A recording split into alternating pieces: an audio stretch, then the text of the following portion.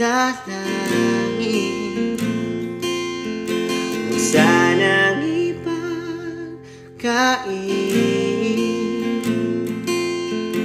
matagpuan na ang hanap ng pag-aalala.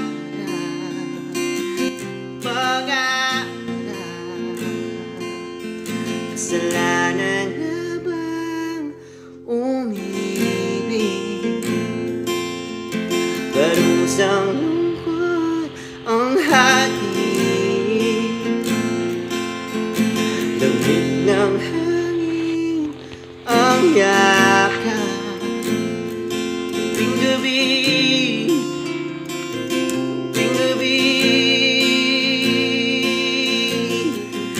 sino man para sa'kin ko sayangin, matayang tadhana iyong pansinin. Wala namang karapatan na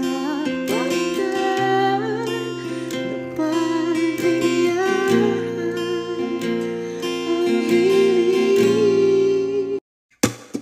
Bakit ba napapaakit sa bawat likha mong tinig? Wala namang kasiguraduhan, meron ba akong kalagayan sa magulo mong damdamin? Di alam kung para sa'kin ba ang iyong nararamdaman.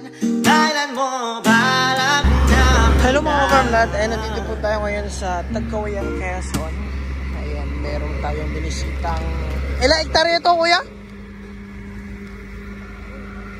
Ilang hektarya po ito? 2 1/4. Mula po dito, papaganon. So, mula naman dito, papaganon. Hanggang saan dito sa kalsada? Ito sir, saka dito. Doon, hanggang saan? Doon sir, doon dyan, pati doon. Doon sa may alambar na yan. Ayan, so ito po yung frontage siya sa kalsada, mga ka-farmlat. Ayan.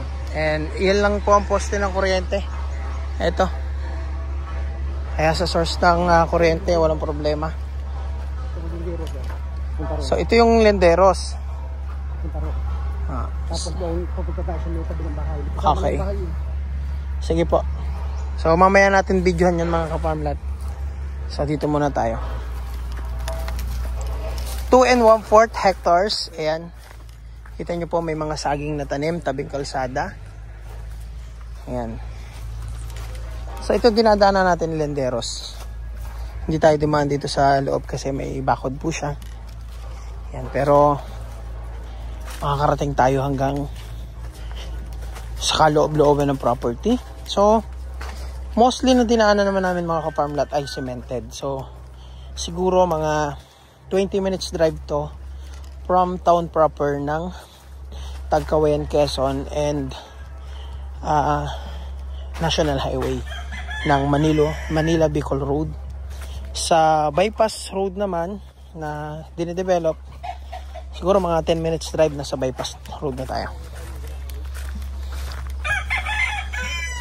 Ito po yung kasamang bahay. So ayan mga ka-farmlat. Kasama po ito sa property na for sale. Itong bahay na to. Ayan.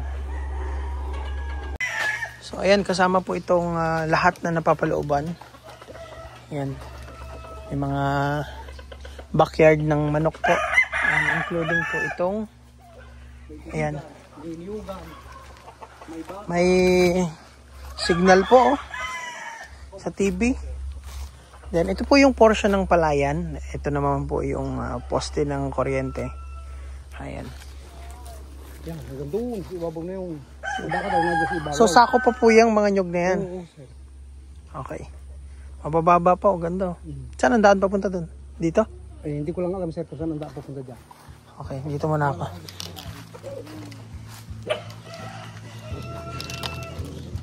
So, ayan mga kapangat. So yung bye-bye kalsada tayo doon. Pero dito po, may kalsada rin dito.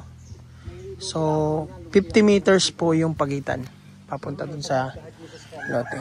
Pero ayan po, ito yung boundary. Ito po yung sako pa. Yan, may mga backyard din dito na baboy na tinatali. So kung gusto nyo po ng retirement farm, tamang-tama po ito mga ka-farmlet. Yan. Sakop to. Hindi na to sakop. Dito pala tayo, mali tayo mga ka-farmlet. Ayan, ito pala yung boundary. Yan, so sakop po ito. Yan, tambayan. Yan. So ito po yung linderos. Yan, may papaya. May papaya po. Ito yung palayan, ano?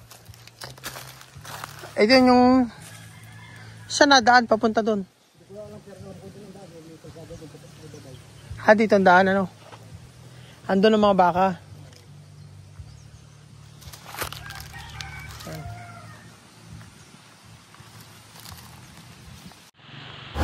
Ito naman mga ka-farmlet yung mga baka na kasama po sa bilihan. Na po. So nasa 8 baka daw po ito. All in na kasama na yung mga bahay doon, and then yung itong mga baka na to. So yan po. Bale, 2.8 million po ito. Meron ka ng 2.4 hectares na farm lot sa tabing kalsada sa bayan po ng Tagkawayan, Quezon, which is nasa 20 minutes drive from town proper and National Highway, mga 5 minutes drive from bypass highway. And eto mga ka-farm lot, mostly flat naman yung lupa po, tsaka hindi po liblib, nasa kabahayan lang siya. So ayan, paunahan na lang to mga ka-farm lot. Hindi naman tayo focus sa farm lot po ngayon, kaya lang pag may inabid tayong papel malapit dun sa for sale, sinasabay lang natin po. So priority natin yung mga documents. And yun mga ka-farm lot, clean title daw po ito. Nabili rin kasi ito nung may-ari before, and na-transfer na sa pangalan nila, and ngayon po binibenta na rin nila for 2.8 million po. So ayan mga ka-farm lot, maraming salamat po sa inyong panonood. Ayan, malalaki na yung baka na yan. Then yung ibang baka may mga anak po. Kung gusto nyo po nang magkaroon na agad kayo ng mga baka, malulusog naman po yung baka. Ayan, nakabalik na po tayo dito mga ka-farm lot sa tabing kalsada. Ayan, may sako pong mangga at mga saging. Ayan po yung mga saging. Ayan.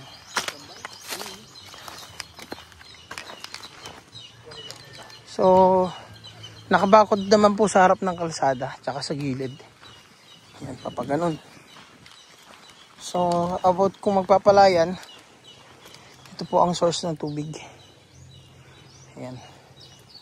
Tapos papaganon na po. Yan, sakop yung nyuga na yan na mabababa. Ayan.